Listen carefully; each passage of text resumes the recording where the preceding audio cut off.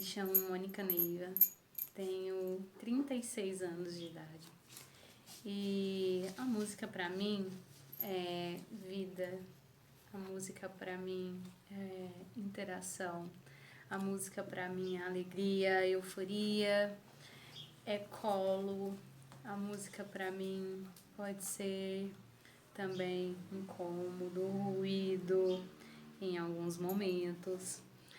A música para mim é uma ferramenta de comunicação entre a diversidade, entre a transculturalidade, entre o ser humano, a diversidade humana. E a música ela tem poderes, para mim, eu diria que inimagináveis.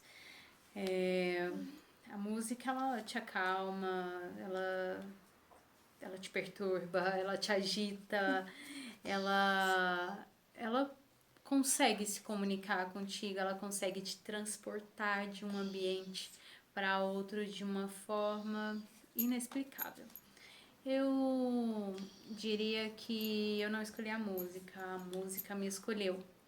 Aos 8 anos de idade, eu pedi um violão pro meu pai e eu não fazia ideia da minha história, de se havia na minha família históricos de musicistas, e eu cresci convicta que não havia, apesar de que minha mãe na minha infância cantava muito pra mim, tudo muito intuitivo, e eu tenho memórias incríveis dela cantando pra mim assim: a casinha da vovó é amarrada de cipó, cafezinho tá demorando, com certeza não tem pó.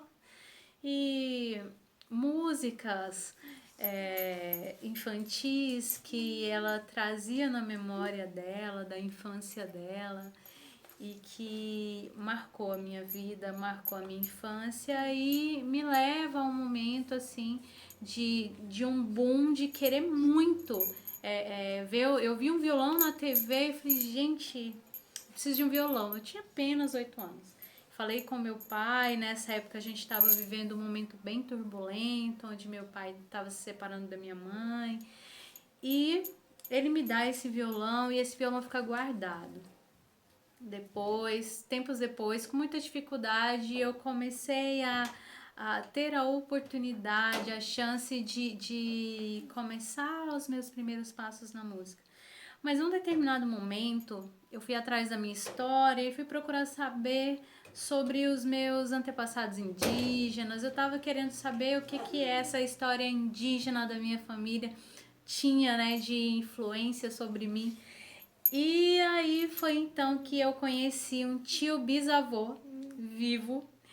E esse tio bisavô pôde me contar um pouco. Ele também não sabe dizer muita coisa, porque ele diz que na época os avós, os pais, eram uma coisa um pouco velada, era um silêncio, não podia se falar da história, da família, olha que coisa, né?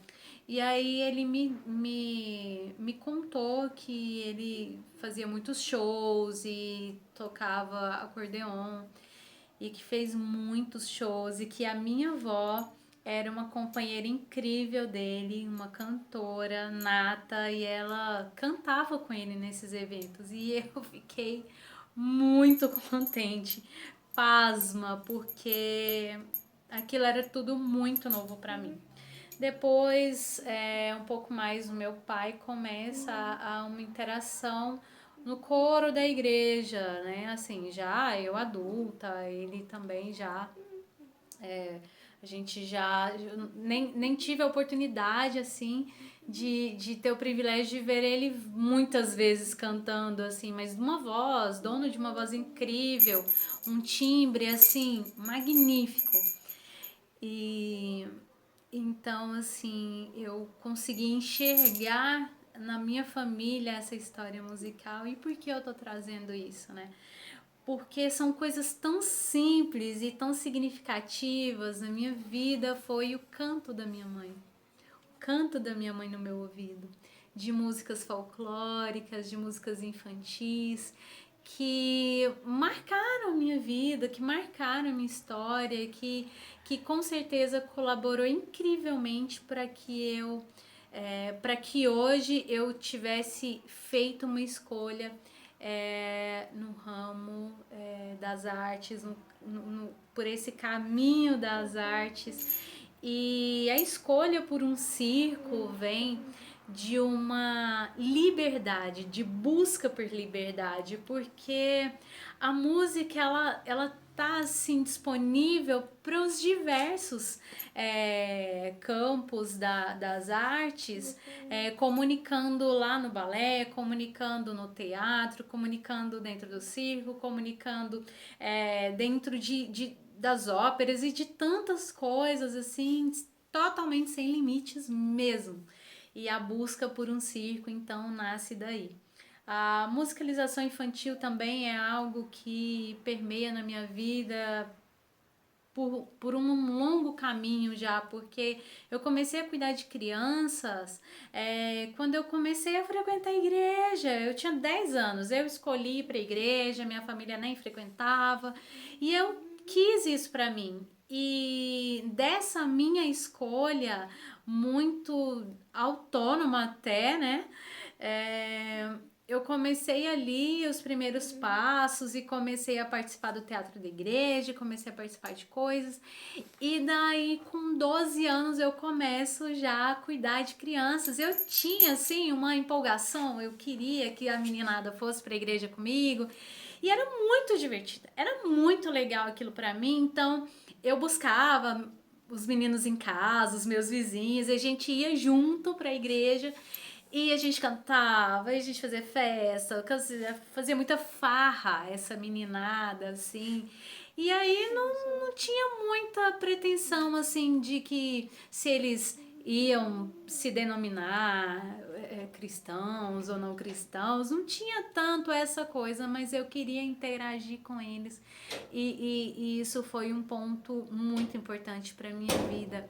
Uma outra questão é que a música está muito presente nesse ambiente religioso, independente da religião, independente da fé, porque em todas as fés que são expressas, elas têm a música ali muito presente.